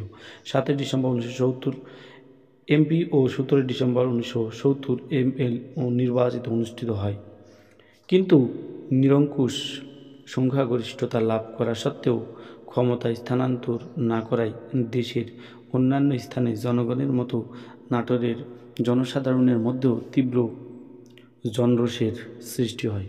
প্রকৃতপক্ষে মিছিল, আন্দোলন ও প্রতিরোধের বহিঃপ্রকাশ ফেব্রুয়ারি 1970-এর প্রথম দিকেই শুরু হয়েছিল। 7 মার্চ বঙ্গবন্ধু ঐতিহাসিক ভাষণ দেন।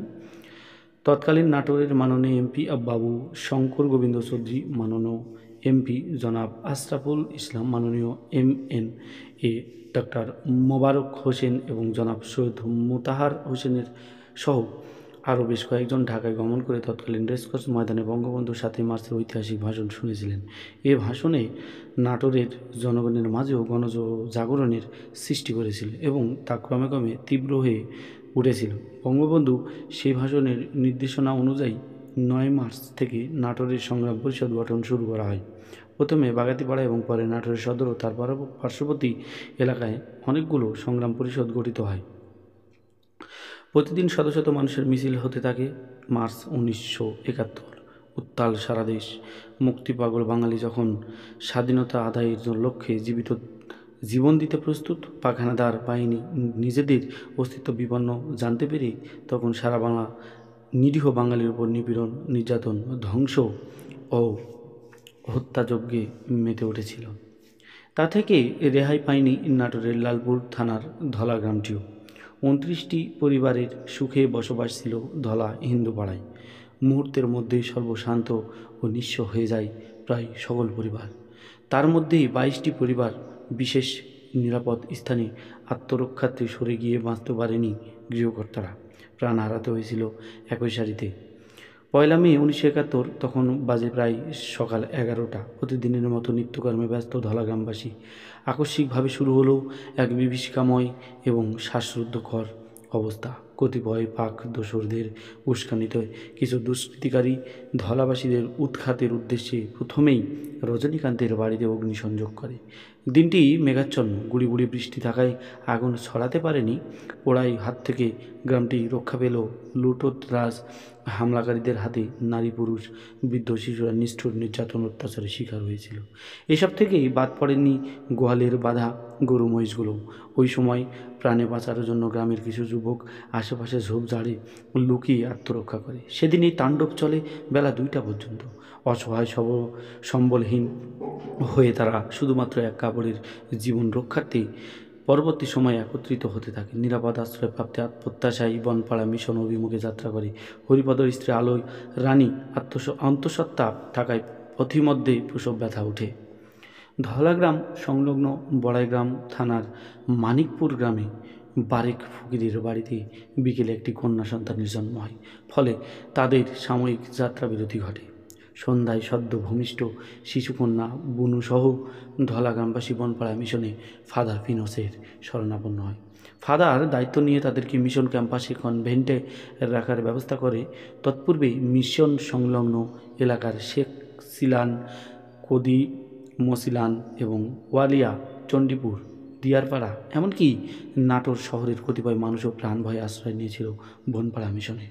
ইতিমধ্যে ধলা গ্রামের কয়েকটি পরিবার মিশনে না গিয়েও আত্মরক্ষার জন্য হারুরা গ্রামের মোহর মোল্লাসহ কয়েকজনের সহায়তায় ভারত অভিমুখে রওনা হয়ে যায়। অবিরাম বৃষ্টি থাকায় অনেকের ইচ্ছা থাকা সত্ত্বেও সহযাত্রী হতে পারেননি। দুদিন মিশনে অবস্থানের পর 3 মে 1971 বিকাল প্রায় 3টায় হঠাৎ পাক হানাদার বাহিনী মিশন ক্যাম্পাসে ঘিরে ফেলে। তার কিছুক্ষণ পূর্বেই বনপাড়া এলাকা থেকে কয়েকজন খ্রিস্টান যুবককে আটক করে নিয়ে আসে। ফাদার ফিনোস ও অন্যান্য ফাদারদের অনুরোধে হানাদার বাহিনী খ্রিস্টান বলে ছেড়ে দেয়, কিন্তু মিশনের ভিতরে হিন্দুদের অবস্থান জেনে মিশনের অফিস, হোস্টেল সহ সর্বত্র তল্লাশি করে ধলাগ্রামে 22 জন সহ অন্যান্য স্থানের আশ্রিত পরিবারের 86 জন যুবক ও মধ্যবয়সী পুরুষকে আটকে করে এবং সেই সাথে কয়েকজন নারীকে ট্রাকে তুলে নেয়। তাদের সবাইকে রক্ষার জন্য ফাদার ফিনোস এবং পুনরায় এর অনুরোধ উপেক্ষিত হয়। সেই মুহূর্তে সিস্টার কার্মেলা মেজর সেরওয়ানির পা চেপে ধরেন এবং অনেক আকুতি মিনতি করার পর শেষ পর্যন্ত শুধু নারীদের ছেড়ে দেয়। পাক হানাদার বাহিনী ওই দিন সন্ধ্যায় আটক 86 জনকে নাটোর দত্তপাড়া সংলগ্ন পতেঙ্গাপাড়ায় নারদ নদীর সংযুক্ত খালি পার্শ্বে নিয়ে গুলি চালিয়ে নৃশংসভাবে হত্যা করে। আটকদের মধ্যেই অনিল নামক একজন গুলিবিদ্ধ হয়েও অলৌকিকভাবে প্রাণে বেঁচে যায়। লাশগুলোকে মাটি চাপা দিয়ে রাখা হয়েছিল যেই স্থানে, সেই খালের পাশে সাক্ষী হয়ে দাঁড়িয়ে আছে ছোট্ট একটি স্মৃতিস্তম্ভ। এদিকে পাক সেনাদের হুমকি ও চাপের কারণে ফাদার পিনোস আশ্রিতদের রাখার জন্য অপারগতা প্রকাশ করেন। কিংকর্তব্য বিমূঢ় হয়ে 3 মে রাত প্রায় 10টায় সহায় সম্বলহীন স্বামীহারা হতভাগীরা তাদের অপ্রাপ্ত শিশু ও বৃদ্ধসহ নিরুপায় হয়ে পুনরায় মানিকপুরে ফিরে যায়।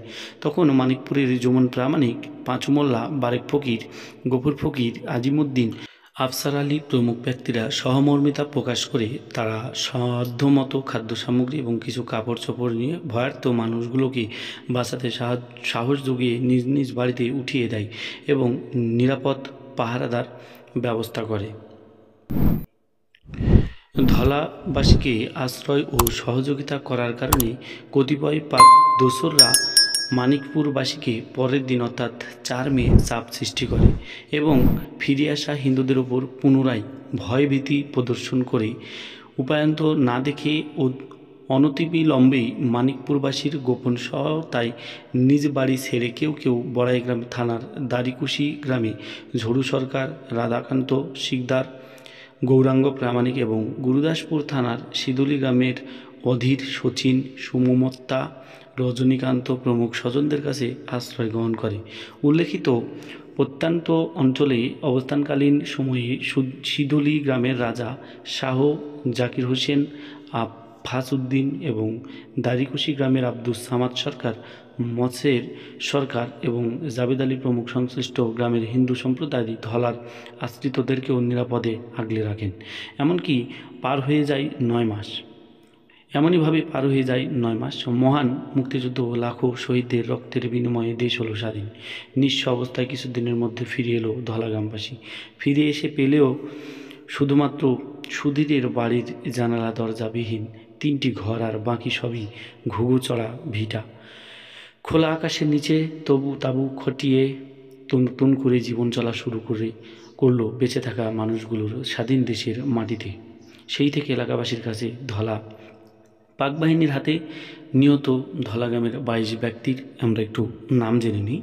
1 নম্বর শচীনচন্দ্র দাস, দ্বিতীয়ত গৌরপথ, তৃতীয় কার্তিক, গোপেশ্বর সরকার, বীরেশ্বর, অনাথ বন্ধু, বৈদ্যনাথ মজুমদার, রবি সরকার, বাসুদেব কবিরাজ, বাসুদেব মণ্ডল ও ধীরেন্দ্রনাথ সরকার, শান্তিনারায়ণ সরকার, দুলাল প্রামাণিক, সুরেন সরকার, কাশীনাথ প্রামাণিক, মনোরঞ্জন, সন্তোষ সরকার, যতীন প্রামাণিক, ননীগোপাল, অবিনাশ সরকার, হরিপদ সরকার, নারায়ণ চন্দ্র সরকার। শিল্প বাণিজ্য মন্ত্রণালয় সম্বন্ধে এবার আমরা একটু জেনে নিই। নাটোর সুগার মিল লিমিটেড, এটি Natore Sugar Mill Limited Natore সদর উপজেলার নাটোরের শহরের অতি নিকটবর্তী স্থানে অবস্থিত। এই Heavy Mechanical Complex Taxila, Pakistan হতেই ক্রয়কৃত মিলটি 1982 সালে স্থাপিত হয়। 1984 থেকে 85 সালে প্রথম উৎপাদন শুরু করে। এর দৈনিক আখ মাড়াই ক্ষমতা এত মেট্রিক টন এবং বার্ষিক সিন উৎপাদন ক্ষমতা এত মেট্রিক টন। কারখানা ও কলোনি এবং ফার্মিং ক্রয় বিকেন্দ্রে এত একর জমি রয়েছে। নাটোর সুগার মিলে এতজন কর্মকর্তা, স্থায়ী ও মৌসুমি কর্মচারী এবং শ্রমিক কর্মরত রয়েছে। এই মিল জোন এলাকায় আবাদযোগ্য জমির পরিমাণ প্রায় 53,000 একর। মিল জোন এলাকা 52টি ইক্কু ক্রয় কেন্দ্র রয়েছে। ডিজিটাল পুঁজি প্রোগ্রামের জন্য বাংলাদেশের চিনি ও খাদ্য শিল্প সংস্থা আন্তর্জাতিকভাবে মার্চ 2010 পুরস্কারে ভূষিত হয়েছে। যোগাযোগ ব্যবস্থা, এই মিলের সঙ্গে যোগাযোগ করতে কিছু কন্ট্যাক্ট ব্যবস্থা দেওয়া হয়েছে, যেমন phone number, fax number, mail. এরপরে আসি North Bengal Sugar Mill Limited. North Bengal Sugar Mill Limited Natore জেলার লালপুর উপজেলার সদর গোপালপুর এ অবস্থিত। এটি 1933 সালে স্থাপিত বাংলাদেশের চিনি শিল্পের একটি প্রাচীন ও ঐতিহ্যবাহী শিল্প প্রতিষ্ঠান। তৎকালীন এই মিলের মালিকানা ব্যক্তিগত ছিল, যার মালিক ছিলেন মেসার্স সুরুজ্জামাল ও নাগরামাল। পরবর্তীতে 1965 সালে মিলটি রাষ্ট্রীয় মালিকানায় আসে। জাবা হতে ক্রয়কৃত পুরাতন মিলটিতে 1984 সাল হতে 90 সাল মধ্যে মিলের মাড়াই ক্ষমতা বাড়িয়ে দৈনিক 1220 মেট্রিক টন হতে বাড়িয়ে 1500 মেট্রিক টনে করা হয়েছে। বর্তমানে মিলের বার্ষিক চিনি উৎপাদন ক্ষমতা প্রায় 15,000 মেট্রিক টন। এই মিলের জোন এলাকায় আবাদযোগ্য জমির পরিমাণ প্রায় 50,000 একর। চাষি সংখ্যা প্রায় 35 থেকে 40,000। এই এলাকার পর্যাপ্ত পরিমাণ আখ চাষ হয়। এখানকার চাষিদের আখ একমাত্র অর্থকারী ফসল। মিলের 8টি নিজস্ব খামার রয়েছে, যার মোট জমির পরিমাণ 4,878 একর। কারখানা ও আবাসিক এলাকা 18টি আখ ক্রয় কেন্দ্র এবং বাণিজ্যিক খামার মিলিয়ে মিলের নিজস্ব জমির পরিমাণ প্রায় এত একর। নর্থ বেঙ্গল সুগার মিলে 1238 জন কর্মকর্তা, স্থায়ী ও মৌসুমি কর্মচারী এবং শ্রমিকের অনুমোদিত পদ থাকলেও বর্তমানে সব মিলিয়ে 970 জন কর্মকর্তা রয়েছে।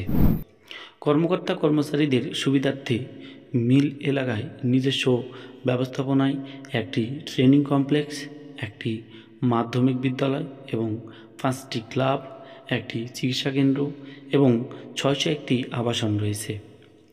গত মৌসুমে নিজস্ব খামার হতে 34,000 মেট্রিক টন আখ সরবরাহ পাওয়া গেছে। বিগত মাড়াই মৌসুমে এত মেট্রিক টন আখ মাড়াই করে 19,125.00 মেট্রিক টন চিনি উৎপাদনের লক্ষ্যমাত্রা থাকলেও এত মেট্রিক টন আখ মাড়াই করে এত মেট্রিক টন চিনি উৎপাদিত হয়েছে।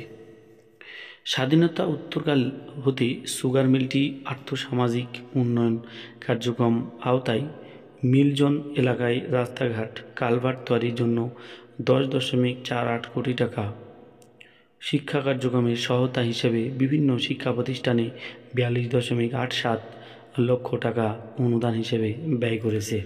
সুপ্রিয় দর্শক, এরপর আমরা দেখে নিই নাটোর জেলার আরও একটি যমুনা ডিস্টিলারি লিমিটেড এই সম্পর্কে। নাটোর জেলা শহরের অতি নিকটবর্তী স্থানে নাটোর সুগার মিল লিমিটেড সংলগ্ন এলাকায় যমুনা ডিস্টিলারি লিমিটেড অবস্থিত।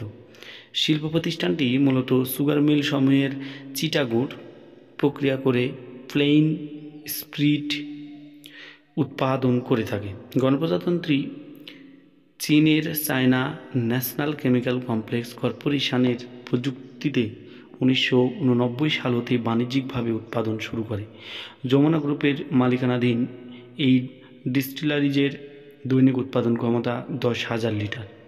নাটোরে 2টি সুগার মিল থাকায় কাঁচামালের সহজলভ্যতার কারণে মিলটি এখানে স্থাপিত হয়ে থাকতে পারে বলেই প্রতীয়মান হয়।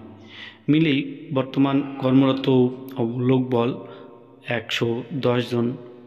যোগাযোগ ফোন নাম্বার এত: নবতী ইন্ডাস্ট্রিজ লিমিটেড, নাটোর জেলা শহরের উপকণ্ঠে দত্তপাড়া বিসিক নগরীতে নবতী ইন্ডাস্ট্রিজ লিমিটেডের অবস্থিত। 1986 সাল থেকে বাংলাদেশে বিভিন্ন মডেলের কৃষিকাজে ব্যবহৃত স্প্রে মেশিন তৈরি করে আসছে।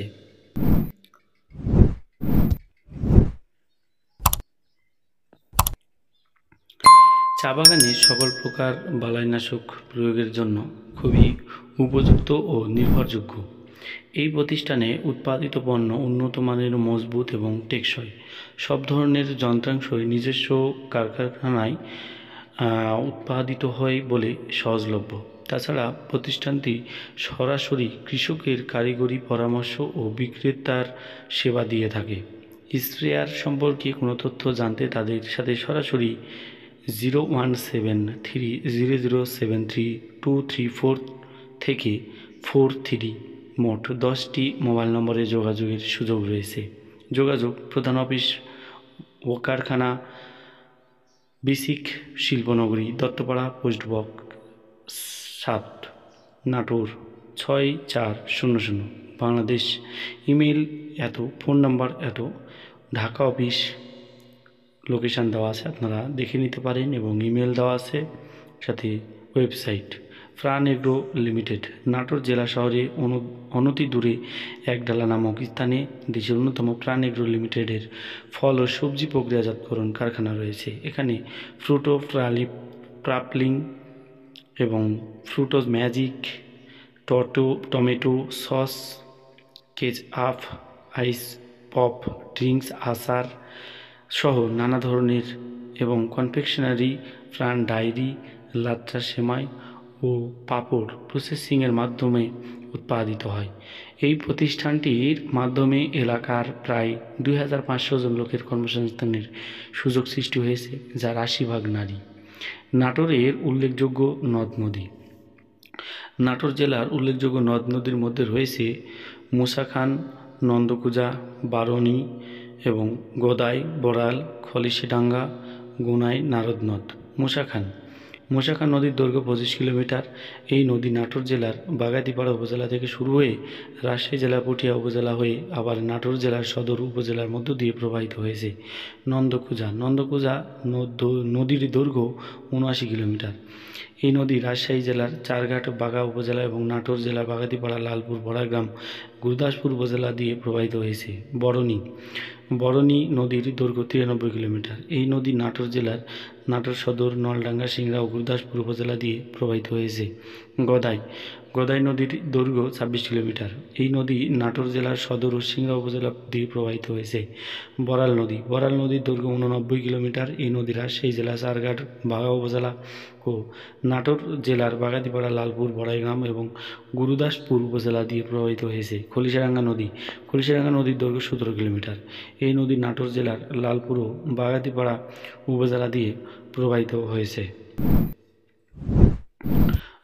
নারদ নদের দৈর্ঘ্য 18 কিলোমিটার। এই নদ নাটোর জেলার সদর ও সিংড়া উপজেলা দিয়ে প্রবাহিত হয়েছে। প্রাকৃতিক সম্পদ: নাটোর জেলার গুরুদাসপুর উপজেলার চাপিলা ইউনিয়নের 8 নম্বর ওয়ার্ডের ধানুরা গ্রামে মির্জা মাহমুদ মরাখালের তীরে জনৈক মমতাজ আলী কর্তৃক 3 বছর আগে স্থাপিত 40 ফিট গভীর স্যালো টিউব ওয়েল থেকে গ্যাস উদ্গীরণ হচ্ছে মর্মে চাপিলা ইউনিয়নের চেয়ারম্যানের নিকট থেকে সংবাদ পাওয়ার পর 9/3/2011 তারিখ সকালে 11টায় উপজেলার নির্বাহী অফিসার গুরুদাসপুর এবং গুরুদাসপুর থানার এসআই ঘটনাস্থল পরিদর্শন করেছেন। উপজেলার নির্বাহী অফিসার গুরুদাসপুরের প্রতিবেদনের জানান যে চাপিলা ইউনিয়নের চেয়ারম্যান, মেম্বার, সাংবাদিক সহ উপস্থিত লোকজনের মাধ্যমে এবং সরজমিনে তদন্তকালে জানা যায় টিউবওয়েলটি সংস্কারের জন্য 1.5 ইঞ্চি ব্যাসার্ধের পাইপ দ্বারা সংস্কারকালে 8/3/11 তারিখ বিকেল 5টায়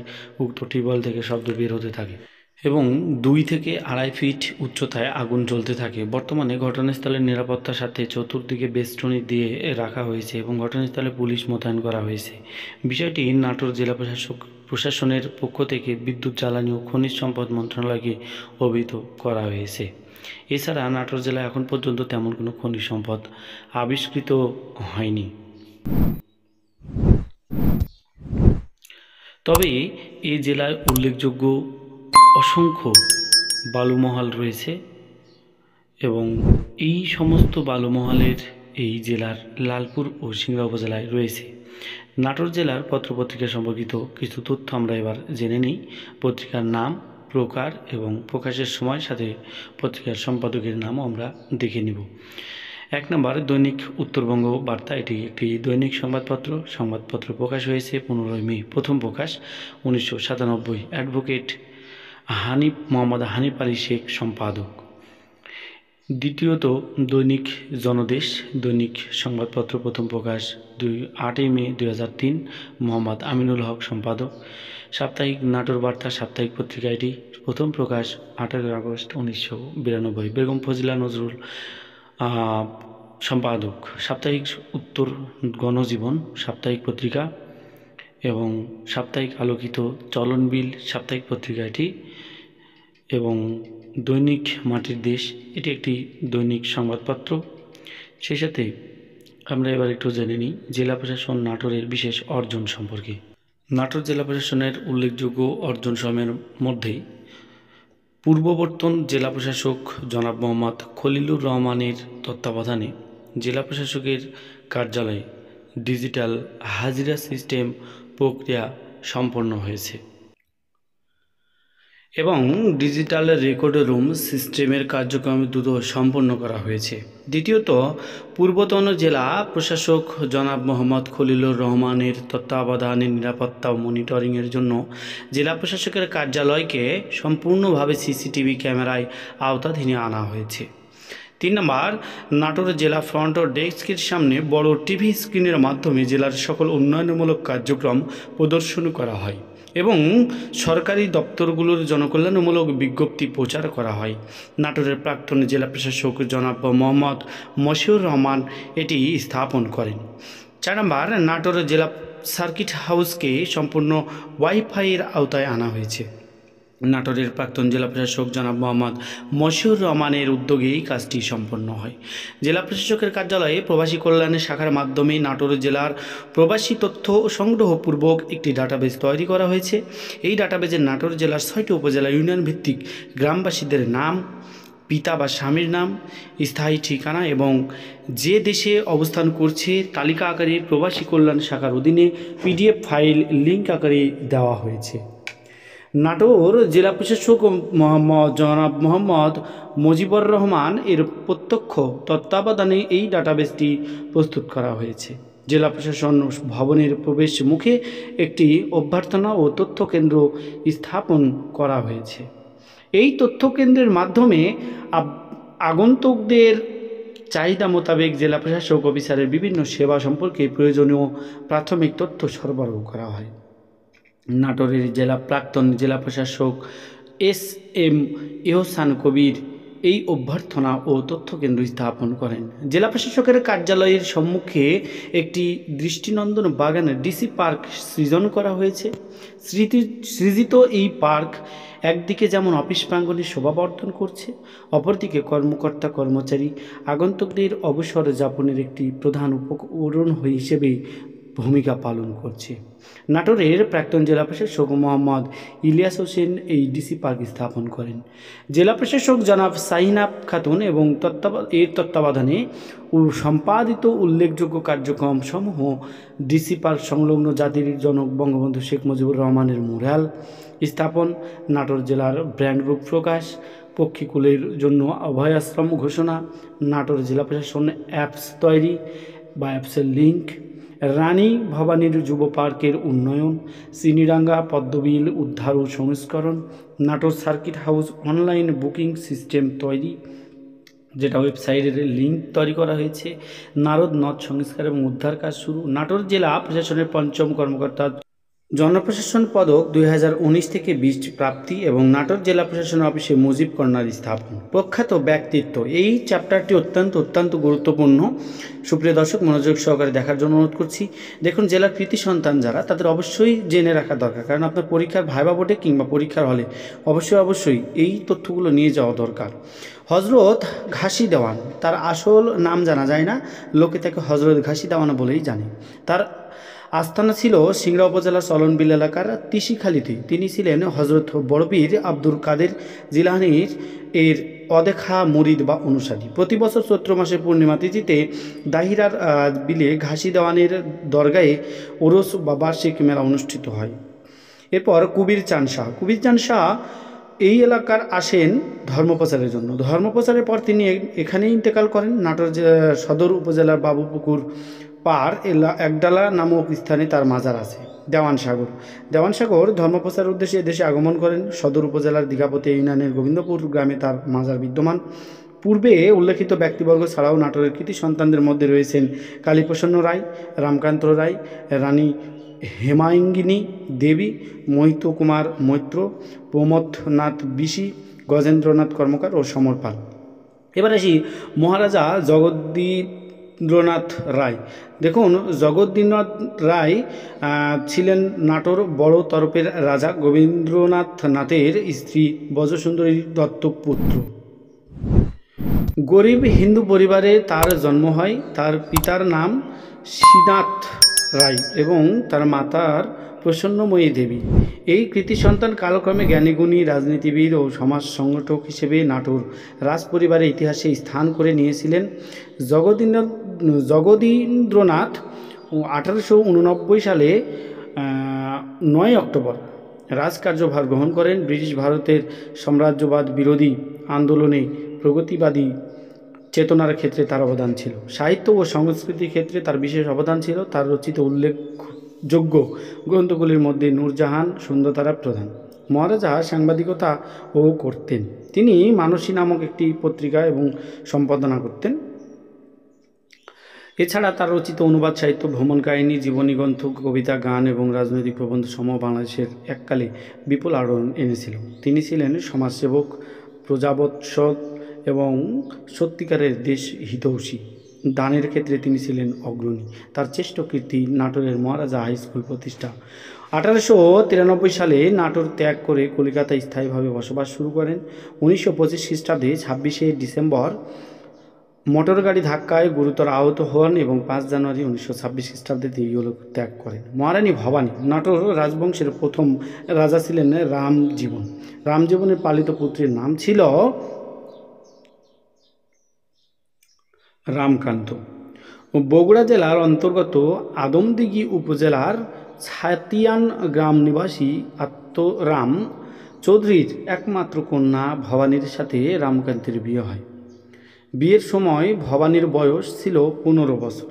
1730 খ্রিস্টাব্দে রাজা রামজীবনের মৃত্যুর পূর্বে তিনি ছিলেন তার দেওয়ান দয়ারামকে রামকান্তের অভিভাবক নিযুক্ত করেন। রামকান্ত রাজা হলেও প্রকৃতপক্ষে রাজকার্যাদি সম্পাদন করতেন দেওয়ান দয়ারাম। 1748 খ্রিস্টাব্দে রাজা রামকান্ত পরলোক গমন করেন। স্বামীর মৃত্যুর পর আলিবর্দী খান রানী ভবানীর উপরই বিস্তৃত রাজশাহীর চাকলার জমিদারি পরিচালনার ভার অর্পণ করেন। তিনি অত্যন্ত যোগ্যতা এবং নিষ্ঠার সাথে তার জমিদারি পরিচালনা করেছিলেন। শিক্ষা বিস্তারের ক্ষেত্রে তিনি উল্লেখযোগ্য ভূমিকা রাখেন। তার দানকৃত অর্থ বহু টোল পরিচালিত হতো। জনসাধারণের সুবিধার জন্য তিনি অনেক হাট, বাজার এবং রাস্তাঘাট নির্মাণ করেছিলেন এবং পানির কষ্ট নিবারণের জন্য বহু দিঘি ও পুকুর খনন করেছিলেন। 1802 খ্রিস্টাব্দে 79 বছর বয়সে বড়নগর রাজবাড়িতেই রানী ভবানী মৃত্যুবরণ করেন। মরমী কবি আহসান আলী। দেখুন, আহসান আলী 1863 খ্রিস্টাব্দে নওগাঁ জেলার অন্তর্গত রানীনগর উপজেলার লোহাচূড়া গ্রামে জন্মগ্রহণ করেন। তার পূর্ণ নাম ছিল আহসান আলী খন্দকার। অধ্যাত্ম সাধনায় সিদ্ধি লাভ করে আহসান আলী সাধক পুরুষ বলে গণ্য হন। 45 বছর বয়সে তিনি গুরু প্রদত্ত খেলাফত লাভ করেন।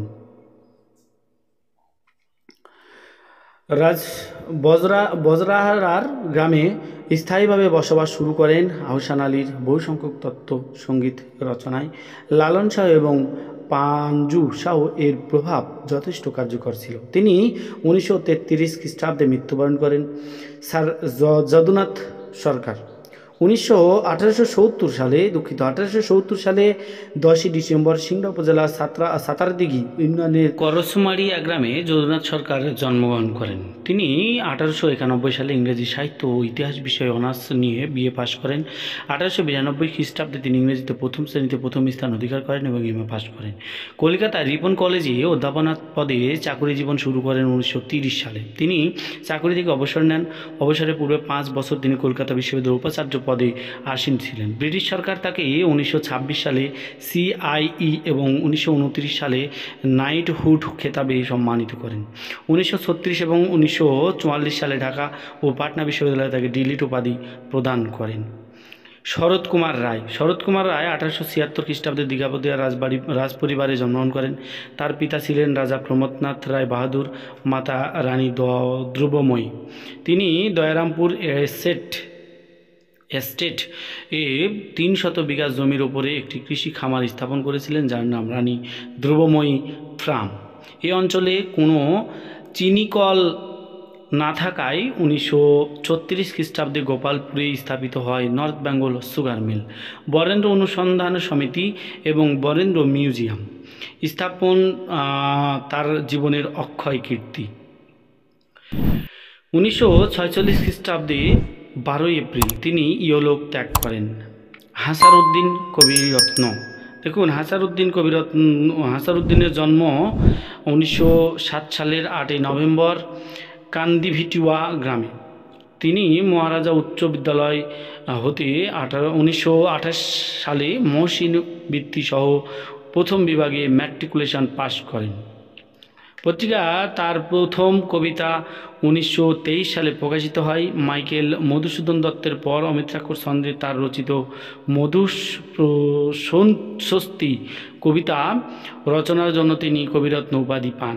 তার রচিত উল্লেখযোগ্য গ্রন্থগুলি হলো সৌভাগ্য সোপান, গীতিন নকশা, মোড়লের বিচার, পঙ্ক্তিমালা, দ্বাদশী, হিজরত, মহত্তম, জীবন সন্ধানে এবং তার অপ্রকাশিত পাণ্ডুলিপির মধ্যে আছে হিল্লাল, বিষকুম্ভ, বেলুবন ইত্যাদি। এরপর আসি মাদার বক্স। 1907 সালে নাটোর জেলার সিংড়া উপজেলার স্থাপন দিঘি নামক গ্রামে মাদার বক্স জন্মগ্রহণ করেন। তার পিতার নাম বলিউদ্দিন মণ্ডল। তিনি 1928 সালে কলিকাতা বিশ্ববিদ্যালয় থেকে ইতিহাসে MA পাশ করেন এবং 1929 সালে তিনি BLএড ডিগ্রি অর্জন করেন। প্রথমে 2-3 বছর শিক্ষকতা করার পর 1934 সালে তিনি রাজশাহী জজ কোর্টে আইন ব্যবসায় আত্মনিয়োগ করেন। পরবর্তী জীবনে তিনি আইন ব্যবসায়ে প্রচুর খ্যাতি ও সুনাম অর্জন করেছিলেন। ওকালতি ছাড়াও তিনি রাজনীতিতে ও সমাজসেবায় জনপ্রিয় ব্যক্তিত্ব ছিলেন।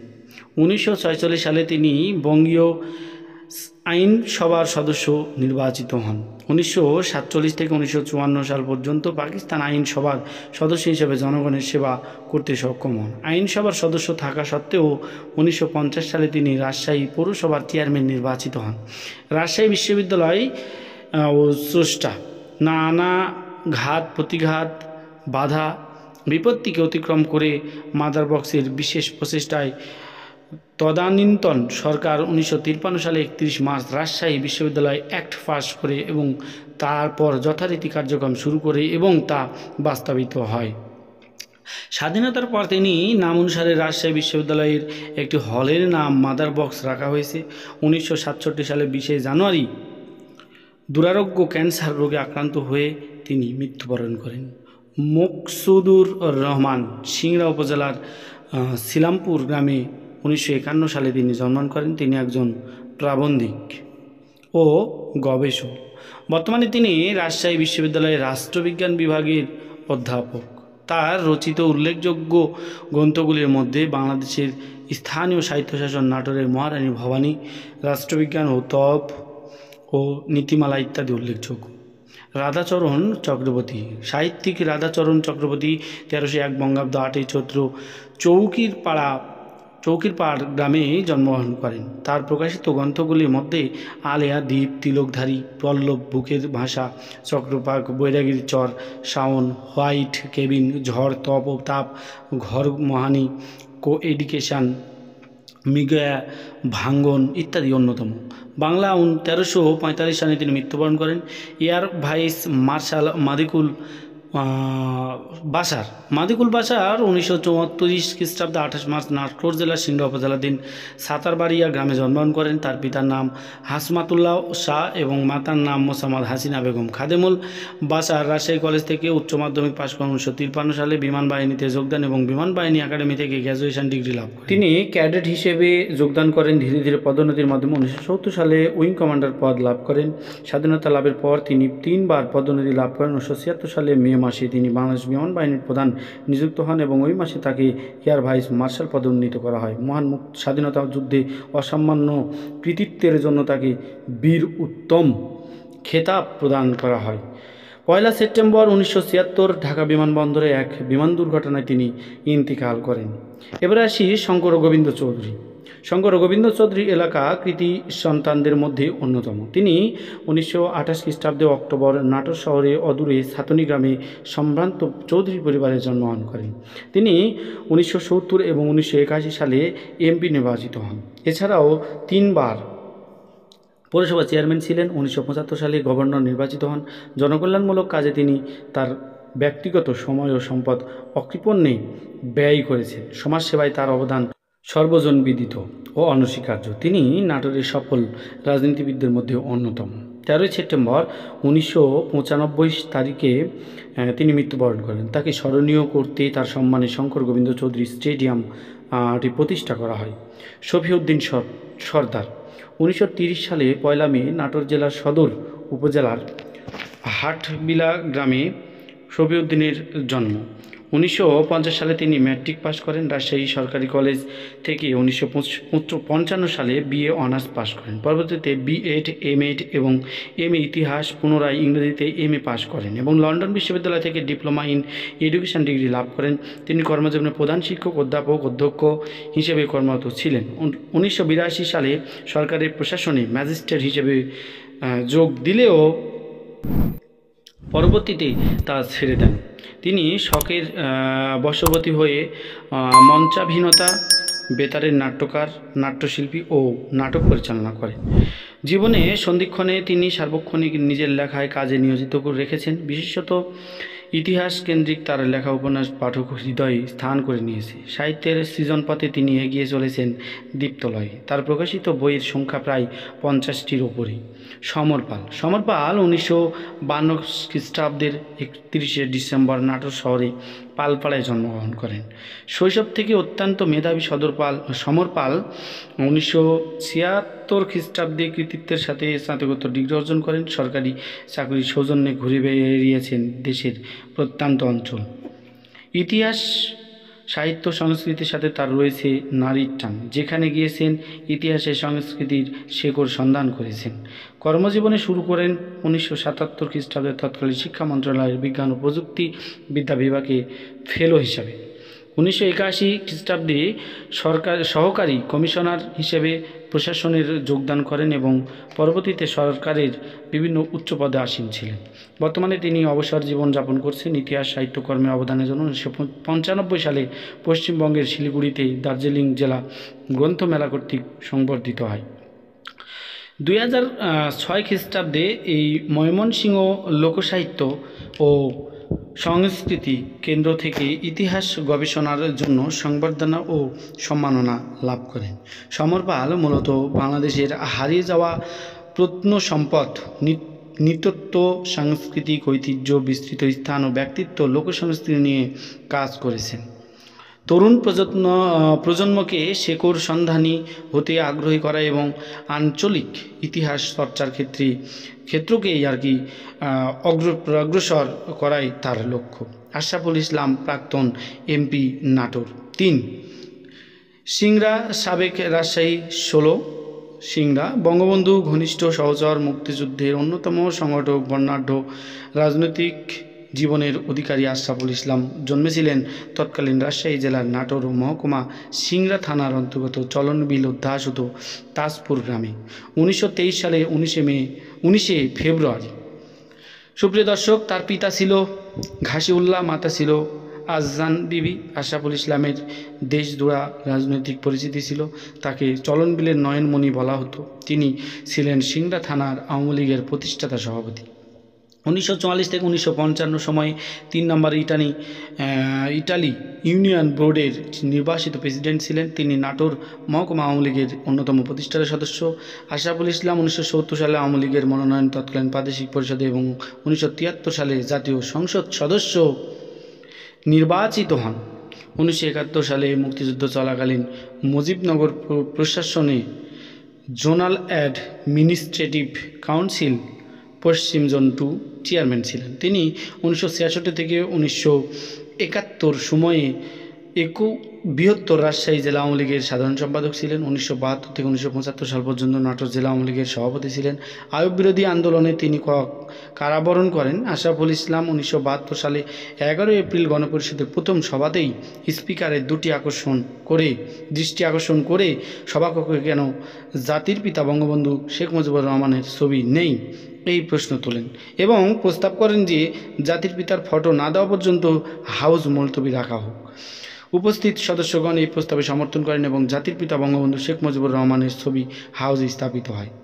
বঙ্গবন্ধু যে জাতির পিতা গণপরিষদের তা সেই দিন আশরাফুল ইসলামের প্রস্তাবে সর্বসম্মতিক্রমে স্বীকৃত হয়। 1975 সালে বঙ্গবন্ধু বাকশাল গঠন করলে আশরাফুল ইসলাম নাটোর জেলা বাকশালের সম্পাদক নির্বাচিত হন। 1975 এর 15 আগস্ট বঙ্গবন্ধু সপরিবারে নিহত হলে তিনি দীর্ঘ 3 বছর 3 মাস বিনা বিচারে কারাভোগ করেন। তিনি নাটোর টেলিভিশন উপকেন্দ্র স্থাপন ও চলনবিল প্রকল্প প্রতিষ্ঠার ব্যাপারে অগ্রণী ভূমিকা রাখেন।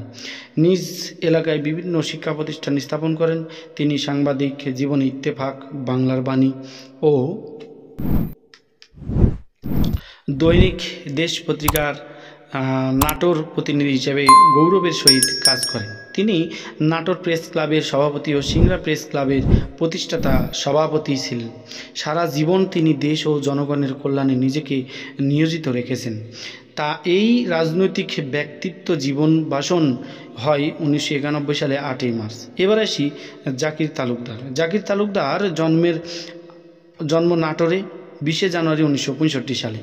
চিকিৎসা বিজ্ঞানে স্নাতক, পরবর্তীতে উচ্চতর শিক্ষা, স্বাস্থ্য, অর্থনীতিতে বিভিন্ন বেসরকারি প্রতিষ্ঠানে চিকিৎসা ও গবেষণা বিভাগে কাজ করেছেন। বর্তমানে নতুন প্রজন্মের কথা সাহিত্যিক হিসেবে ইতোমধ্যে পাঠক হৃদয়ে বোধমহলে স্থান করে নিয়েছে।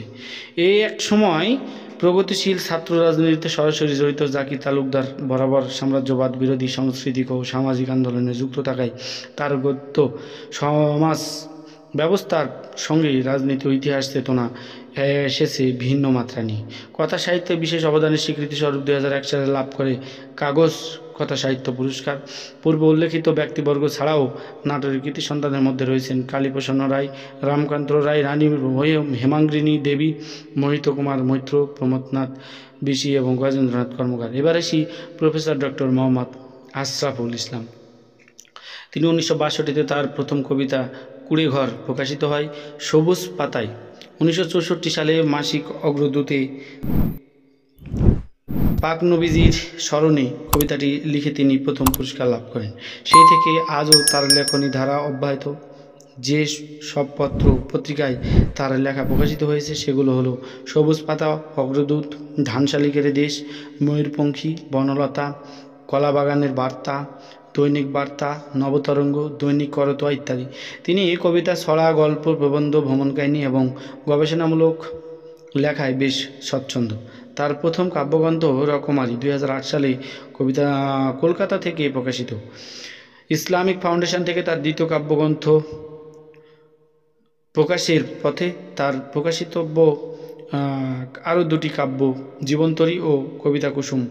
তার পিএইচডি থিসিস রবীন্দ্র কাব্যে সাধারণ মানুষ বাংলা একাডেমি থেকে 2008 সালে প্রকাশিত হয়েছে। বিশিষ্ট শিক্ষাবিদ প্রফেসর ডক্টর মোহাম্মদ আশরাফুল ইসলাম এক সময় রাজশাহী বিশ্ববিদ্যালয়ের কলা অনুষদের সদস্য এবং জাতীয় বিশ্ববিদ্যালয়ের একাডেমিক কাউন্সিল ও সিনেটের সদস্য ছিলেন। নিজস্ব সংস্কৃতিপ্রেমী, সমাজহিতৈষী এবং বাংলা একাডেমির জীবন সদস্য প্রফেসর ডক্টর মোহাম্মদ আশরাফুল ইসলাম জাতীয় শিক্ষা সপ্তাহ 2002-এ শ্রেষ্ঠ কলেজ শিক্ষক নির্বাচিত হয়ে স্বর্ণপদক লাভ করেন।